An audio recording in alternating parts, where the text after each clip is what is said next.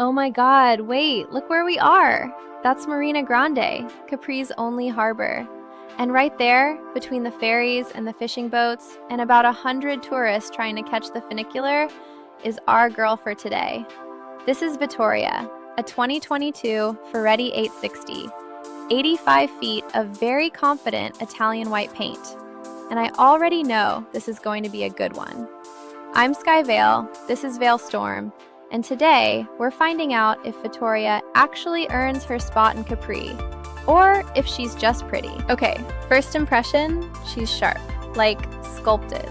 Dark windows, that flybridge silhouette cutting a clean line against all this chaos behind her. And she's just sitting there, looking like she owns the harbor. Let's get on. Starting on the aft deck, and this is already my favorite spot. There's a full dining table right above the swim platform. So breakfast here, then 5 seconds later, you're in the water. Up front, there's this whole separate teak lounge on the bow, totally away from the noise, which, as someone who needs quiet time between chaos, I respect deeply. And then the flybridge. Oh my God, the flybridge. 4 moods, 4 decks, all on one boat. That's not an accident. That's actually smart charter design. Inside though, this is where she surprised me. I expected dark and moody, very sports car energy, but no.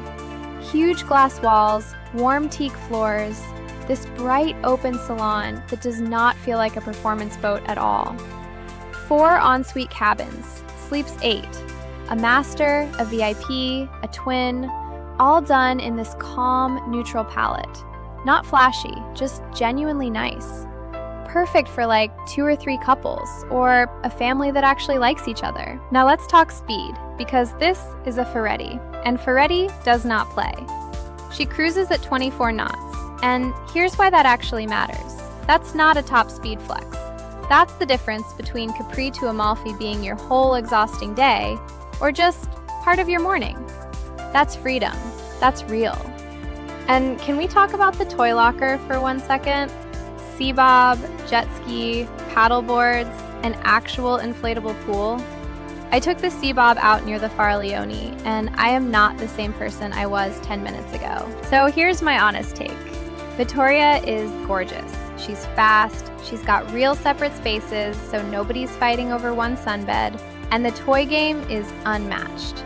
Quick reality check though. That headline charter price does not include fuel, dockage, food, gratuity, all of that. So budget a good chunk more on top. That's just how yacht charters work. But for the right group, this is it.